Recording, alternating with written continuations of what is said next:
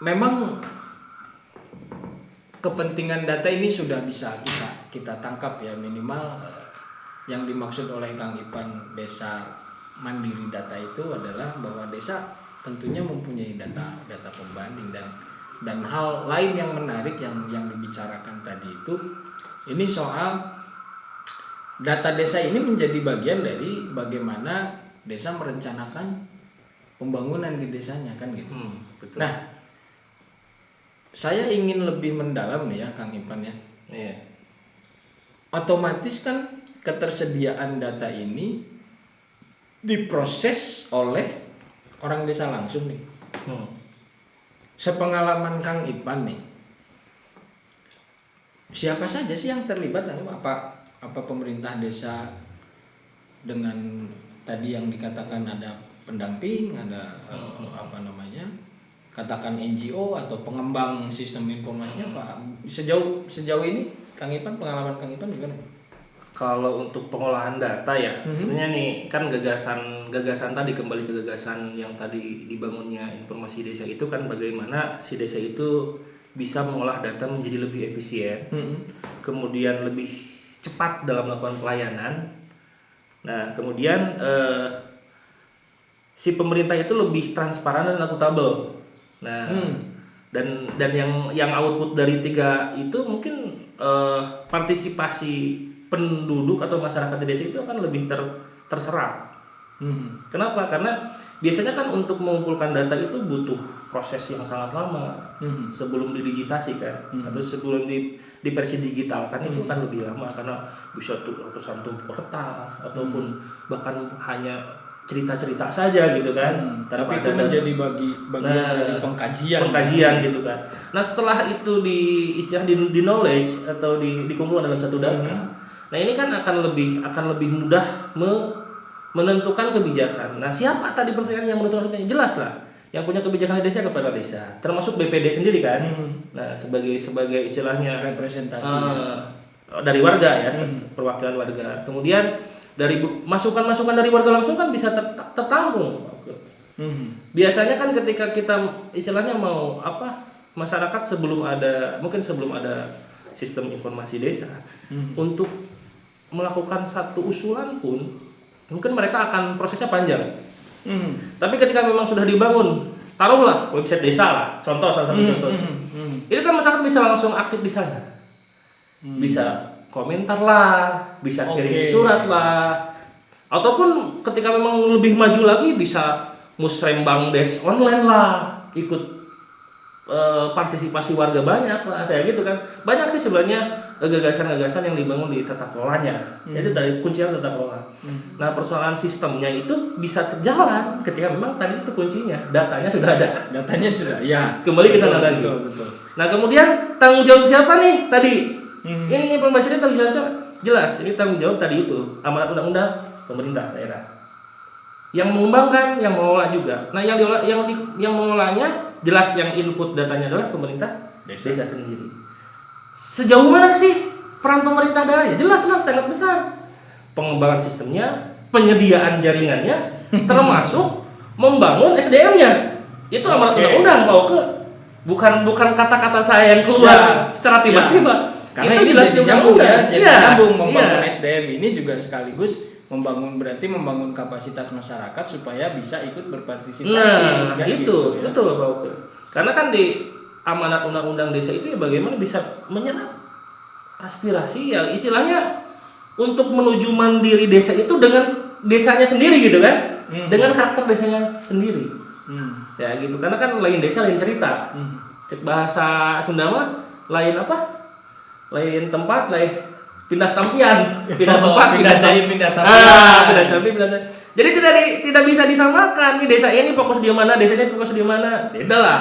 Pasti beda karakter masyarakat, beda geografis, beda toponomi, beda topografi, sampai budaya, antropolognya semua, riwayatnya, sejarahnya beda. Tidak bisa disamakan nih. RPJM segini sama nggak bisa. Harus beda-beda. Nah, tata kelola ini yang harus ada. Tata kelola bisa jalan harus dengan ada datanya. Jadi datanya ada, tata kelolanya jalan, ini baru bisa berjalan. Sistem informasi desa secara utuh bisa jalan. Nah, ini lebih menarik lagi. Tadi sebetulnya kita berbicara hal kecil ya, sistem informasi desa. Tapi karena perjalanan yang diceritakan oleh Kang Ipan sedemikian kompleks, justru sekarang malah muncul jadi tata kelola. Ya. Sistem informasi jadi sistem tata kelola nih. Betul. Berawal dari sistem informasi kemudian menjadi tata kelola yang untuk mengatur lalu lintas dinamika desa yang sedemikian rupa kan gitu. Betul. Nah, sepengalaman Kang Ipan ini dari yang sudah dijalankan lah Kang Ipan ya sebagai pegiat sistem tata kelola nih sekarang ya. Jadi pegiat sistem tata kelola desa lah gitu. Masyarakat bisa berpartisipasi dalam soal ini ya, dalam konteks membangun menjadi bagian dari sistem tata kelola, membangun sistem tata kelola desa ini. Bagaimana fungsinya gitu? Atau seberapa besar nih partisipasi masyarakat nih yang Pak Ipan lihat? Sebenarnya kalau memang di eranya ya, karena kan sekarang udah zamannya digital ya, apalagi di era pandemi ini. Jadi ngomongin pandemi nih, jadi mau nggak mau rakyat dan masyarakat itu dipaksa bertatap muka nih dengan yang namanya makhluk ini nih. Nah, sebenarnya untuk tingkat partisipasi, ketika memang sudah ada wadahnya melalui sistem informasi, ini tata kelolanya bisa diatur. Bisa, ketika desa punya kemauan membuka ruang untuk istilahnya nih masyarakat kalau mau mengajukan aspirasi melalui ruang ini. Di sistem ini gitu kan, sistem informasi ini kan lebih cepat kayak gitu. Jadi sebenarnya siapapun bisa melakukan aspirasi tersebut, bisa menyampaikan aspirasi tersebut. Beda caranya dengan periode lama gitu kan, itu harus KRT heula ngobrol lah, kepala dusun heula lah, ayang kieu kudu baheula mah kan belum tua belum boleh bicara kan. Can jadi tokoh masyarakat, betul. Can bisa ngobrol. Belum lagi informasinya bisa saja terdegradasi di tengah jalan. Kapotong-potong teh gitu. Ayeuna mah kan tinggal ngobrol, asal ada ruangnya. Ini tinggal maunya desa aja. Desa melakukan tata kelola informasi seperti apa? Ini diserahkan ke desa kembali kan. Nah, berarti di sini tadi bicara ada pemerintah desa dan ada masyarakat desa. Bareng-bareng nih. Ya, ini pasal 1 Undang-Undang Desa sudah terpenuhi ya oleh ini ya. Iya, betul. Saya akan coba mempertajam lagi nih ya, secara konkret kan gitu. Tadi sudah dibicarakan nih ya, pemerintah desa dan masyarakat desanya melalui sistem informasi desa sampai bisa mengatur lalu lintas tata kelola desa gitu. Padahal yang dibutuhkan oleh masyarakat itu kan bagaimana mereka menyampaikan aspirasi. Tadi Kang Ipan bilang bisa di komentarnya, bisa di apa dengan memanfaatkan sistem informasi desa itu. Nah, bentuk-bentuk sistem informasi desa ini menurut Kang Ipan di era digital ini yang bisa dimanfaatkan apa saja nih? Selain tadi dibilang website desa gitu ya. Atau yang sudah dijalankan oleh Kang Ipan deh. Gimana bentuk-bentuknya apa saja nih sistem informasi desa ini? Kalau yang saya jalankan ya, yang saya jalankan kebetulan kan saya juga salah satu pegiat juga ya di Prakarsa Desa. Nah, jadi memang kalau yang saya jalankan itu pertama ya tadi itu website desa juga penting ya. Ditambah media pengolahan datanya juga, sistem pengolahan datanya tentunya. Kemudian juga memanfaatkan media sosial juga. Media sosial, Facebook, Instagram, Twitter, YouTube juga? YouTube ya tentunya, karena kan sebagai media promosi juga ya. Ya karena tadi itu desa itu bukan makhluk pasif ya, ingat. Jadi kayaknya lebih aktif dari Kang Oke kayaknya desa. Iya. Jadi kan satu daerah itu beda cerita lagi gitu. Makanya saking aktifnya sebenarnya kalau dikontenkan itu bisa ratusan ribu jam mungkin dalam satu desa itu. Kalau memang mau desanya gitu kan. Desa bisa bikin TV sendiri dengan memanfaatkan YouTube ya. Bisa tentu. Nah kemudian ya tadi itu dari beberapa yang efektif ya, yang memang saya lakukan itu ya mungkin media sosial juga memang pengaruhnya sangat luar biasa gitu di desa itu. Sebenarnya kan kalau website desa itu hanya sebagai etalase resminya ya, etalase resmi karena memang kan itu diatur juga kan oleh Permenkominfo yang nomor 5 kalau nggak salah tentang tata kelola domainnya juga. Nah itu kan lebih resmi lah. Tapi kalau yang agak sedikit barbarnya sebenarnya di media sosial. Jadi saat desa membuka laman resmi itu biasanya masyarakat langsung wah rame gitu kan, cepet. Sebenarnya ini kan media aspirasi yang menurut saya enak lah di zamannya sekarang gitu kan. Ya. Jadi siapapun tidak kenal kelas gitu kan, mau dia tokoh masyarakat ataupun biasa saja warga biasa, itu bisa langsung asal dia punya kemampuan mengakses media tersebut, dia bisa langsung melakukan proses aspirasi terhadap pemerintah desa. Dan pemerintah desanya juga lebih nyaman gitu daripada demo kan. Kantor desa nggak salah ngacaprak mah dina komentar gitu kan. Meresana kan lebih spesifik. Oh si orangnya gitu kan. Lebih mudah Bisa dicirian, bisa di-delete kan gitu. Nah, yang penting kan sebenarnya media-media itu nggak perlu mahal juga kan. Ya. Jadi memang sarana untuk membangun informasi desa tidak perlu mahal. Banyak sekarang platform gratis kok. Ya, salah satunya bisa pakai SIDK. Bisa juga pakai platform banyak yang bertebaran sekarang kan. Asal desanya mau aja ini kan. Ya. Asal desanya mau menerapkan dan mengisi datanya, itu sudah bisa. Ya kalau ada yang gratis ngapain juga? Ngapain berbayar? Gitu. Kecuali memang desanya overload anggaran gitu kan. Atau mau markup data, markup biaya Anggaran ya. Ya kecuali desanya mau nakal kayak gitu bisa aja. Gitu. Menarik nih. Ini jadi memang memanfaatkan selain dari aplikasi-aplikasi yang ya lah terkait sistem informasi desa itu sendiri ya secara spesifik bisa juga memanfaatkan medsos yang ada ya gitu ya.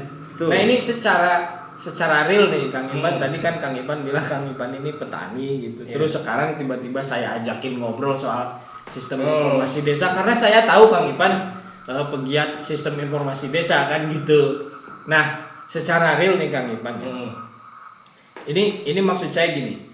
Ini kan jadi role model nih Kang Ipan yang dilakukan oleh Kang Ipan gitu ya di bidang soal-soal pertanian bareng-bareng dengan kelompok tani atau masyarakat tani yang selama ini berkegiatan dengan Kang Ipan, terus kemudian memanfaatkan teknologi nih, memanfaatkan sistem informasi nih. Betul. Nah ini secara real ya, secara konkret bagaimana Kang Ipan dengan teman-teman taninya itu memanfaatkan sistem informasi ini untuk kepentingan kepentingan pertanian itu di wilayah Kang Ipan. Oke, kebetulan Kang Oke di tempat saya desanya itu udah agak digital lah. Karena mungkin istilahnya ada pegiatnya juga di sana. Yang saya rasakan manfaatnya secara langsung. Ya. Jadi pertama saya dimudahkan memperoleh data. Data yang saya butuhkan itu kan sebenarnya data lahan Pak Oke. Karena kan kita petani itu tanpa lahan apalah kita gitu kan. Nah kayak gitu. Data lahan itu di mana tutupan lahan gitu kan. Ini wilayah tidak boleh ditanami. Ini untuk wilayah tutupan lahan sebenarnya. Atau ini wilayah pemukiman. Wilayah itu kan itu semakin transparan kelihatan. Oh jangan tanam di sini, di sana, atau jangan dibuka wilayah ini wilayah mata air. Kita bisa mengetahuinya secara langsung, data secara langsung yang kita bisa akses di website desanya tersebut.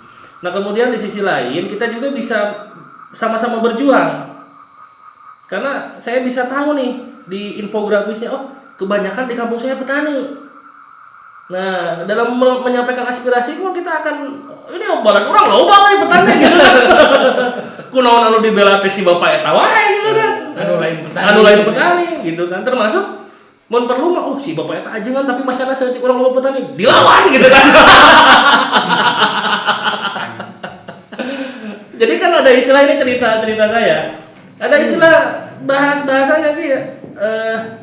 Mau membangun musola atau membangun irigasi gitu kan. Nah, ketika kita lihat komposisi penduduknya, loba kepentingan petani ya. irigasi irigasi bola gitu kan. Itu kan jelas-jelas bukan musola nggak penting. Bukan musola nggak penting. Tapi lebih ada yang lebih penting kan? gitu. Masjid kan air lebih gede maksudnya.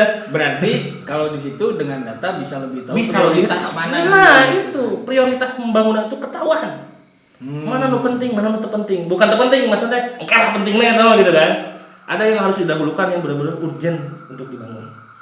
Kayak gitu Pak. Jadi tata ruangnya jelas, dari sisi kependudukannya jelas. Menentukan kebijakan pun akan semakin mudah dan jelas.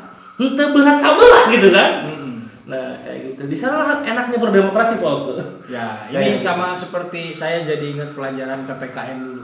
Dahulukanlah kepentingan orang banyak. Nah, orang banyak. Kebetulan masa saya banyak. Ya masa-masa sama-sama petani maksudnya senasib gitu. Wah, nih Kang Ipan ya. Semakin kenceng nih suara jangkrik sama bangkong nih di luar nih. Berarti sudah semakin penting nih. Opsi kita harus segera diakhiri nih ya. Gini Kang Ipan. Kan pastilah sudah banyak lah ya rekan-rekan Kang Ipan sesama pegiat sistem informasi desa yang menjadi bagian juga dari tata kelola desa seperti itu ya, yang dimanfaatkan sebagai alat untuk menata kelola desa gitu. Nah, mungkin Kang Ipan ingin menyapa rekan-rekan Kang Ipan dan memberikan pesan gitu ya Kang Ipan, atau konklusi lah, closing statement dari Kang Ipan terkait urgensi dari sistem informasi desa ini. Seperti apa? Silahkan Kang Ipan. Oke, sebenarnya sederhana ya. Oke, jadi mungkin untuk teman-teman yang di desa tentunya ya, semua teman-teman saya yang orang desa juga berbanggalah lah intinya menjadi orang desa, karena di desa itu luar biasa. Kawasan yang memang super aktif menurut saya. Dari mulai sisi isu ataupun sisi pendidikan itu sangat seksi daripada di kota sebenarnya. Di kota itu terlalu sumpek untuk berpikir radikal. Artinya lebih mendasar. Udah nggak ada waktu berpikir. Ya intinya untuk teman-teman desa lah ya, mari kita benar-benar mengolah data tersebut, karena kunci membangun desa itu adalah data desa itu sendiri. Dan yang tahu desa itu adalah orang desa itu sendiri.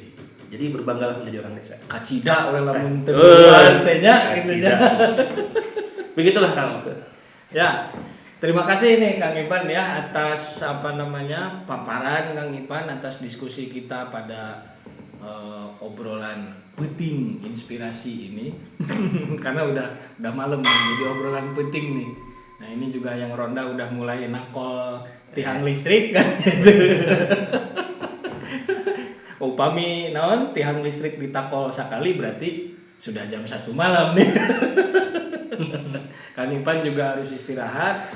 Mudah-mudahan diskusi atau obrolan yang menginspirasi kali ini, harapannya sih gitu, menginspirasi.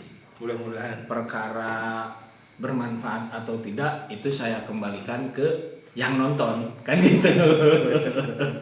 Karena kan kita menganggapnya ini bermanfaat kan ya, gitu. Betul. Apalagi Kang Ipan sudah merasakan manfaatnya seperti apa, bahkan berdampak langsung ke masyarakat di dampingannya lah, di wilayah dampingan Kang Ipan.